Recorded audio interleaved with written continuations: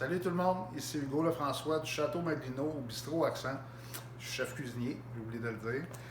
J'en profite pour vous souhaiter les joyeuses fêtes cette année. D'habitude, on est ouvert, on vous reçoit pour des groupes, pour des parties de bureau. Malheureusement, cette année, c'est pas possible, mais on travaille sur plein d'autres projets pour le printemps prochain puis l'été prochain. On a bien hâte de vous recevoir avec un nouveau menu estival, puis une super équipe qu'on a déjà, puis des nouveaux qui vont se rajouter. Donc, j'avais décidé de vous faire une petite tourte au canard. On avait déjà filmé les images, mais malheureusement, on avait oublié de mettre le son.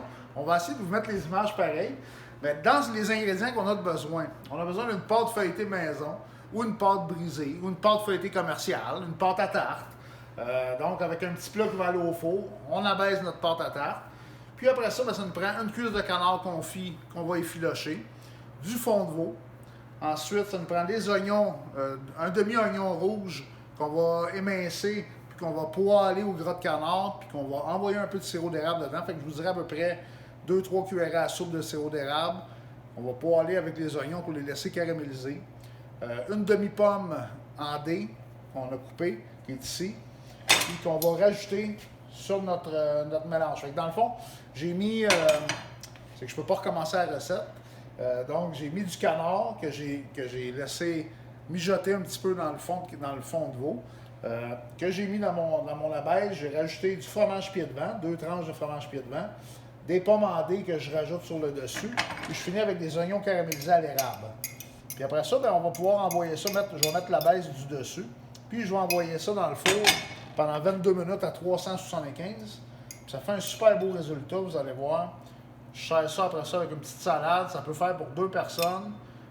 Facilement, c'est très riche comme petite tourte. Puis, c'est vraiment délicieux. Donc, ensuite de ça, bon, j'ai badigeonné avec mon œuf. Je vais en remettre un petit peu parce qu'il a peut-être séché sur le contour de mon abaisse. Comme ça. Puis, je vais rajouter mon dessus. Bon. Après ça, vous avez différents plats que vous avez à la maison pour vos tartes ou vos pâtés, vous faites à la maison, vous prenez ce que vous voulez. Vous pouvez doubler la recette aussi pour faire une grosse tourte, dans le fond, comme une grosse tourtière. C'est dans la même famille, hein, c'est la tourte et la tourtière. Là. Fait que je vais juste pincer ma pâte comme ça pour coller ça. Je la pince tout le tour. Ça va coller sur le rebord du ramequin, du bol, du plat au four. Puis après ça, je vais le badigeonner avec les œufs battus. Puis je vais le couper à la fin. Fait que je vais juste y remettre un petit peu, là, les œufs battus. Ça va lui donner une belle dorure. Puis j'aime bien ça, vu que c'est une petite recette qui a des origines françaises, là, de la Provence. C'est des petits plats de pauvres à l'époque. Bien, je rajoute un petit peu d'herbe de Provence séchée. Juste un petit peu sur le dessus, ça va lui donner un bon petit goût. Donc, après ça, on coupe la baisse, le contour, donc, comme le Medjo faisait, avec le dos du couteau. Le Medjo, c'est ma grand-mère. Et voilà, comme ça. La première affaire qu'on a appris dans la cuisine, ça a été de couper les rebords de pâté à viande. La chialais, si je prenais pas le bon bord du couteau. Ou de la cuillère, parce qu'elle faisait ça à la cuillère. Donc, mon petit plat est prêt à aller au four. Si on peut récupérer les retailles, ça peut faire pour un deuxième pâté. Fait que j'envoie ça au four à 375 pendant 22 minutes. Vous allez voir, le résultat ne sera pas bien long.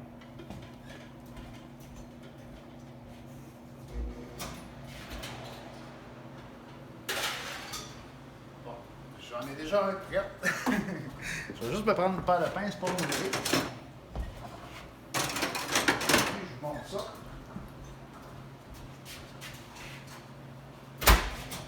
Je mets le timer, 22 minutes, et c'est parti.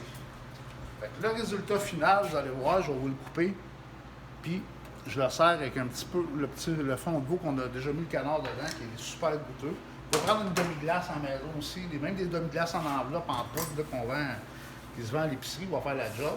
Vous pouvez rajouter un peu de vin rouge, un petit peu d'échalote française dedans, une petite branche de thym, ça va donner un bon petit goût. Un petit peu, même du vin rouge. Vous pouvez faire un petit peu comme une sauce bordelaise. Une petite sauce au vin rouge. Un autre live, je vous montrerai comment faire une bonne sauce bordelaise.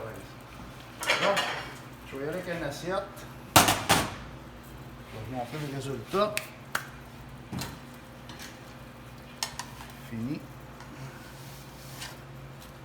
Comme ça. Je vais me trouver un couteau ici. Je vais essayer d'en couper juste un petit morceau.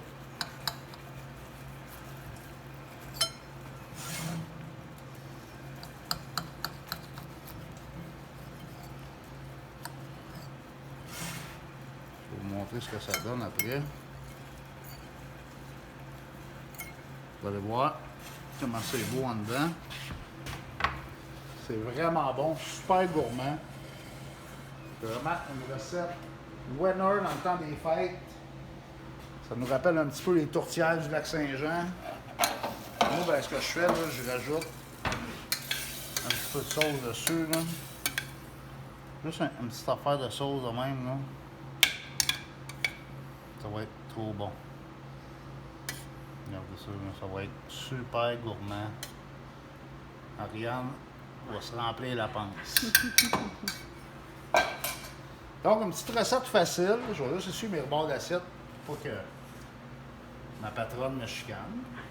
Cathy. Donc, une belle petite recette du temps des fêtes. Facile à faire. Ça m'a pris maximum 15 minutes à faire tout ça. C'est 22 minutes de cuisson. Puis vous avez un résultat qui est vraiment malade. Je vous le dis, c'est bon, c'est gourmand. Je vais même y goûter devant vous autres, c'est pour vous montrer comment c'est bon.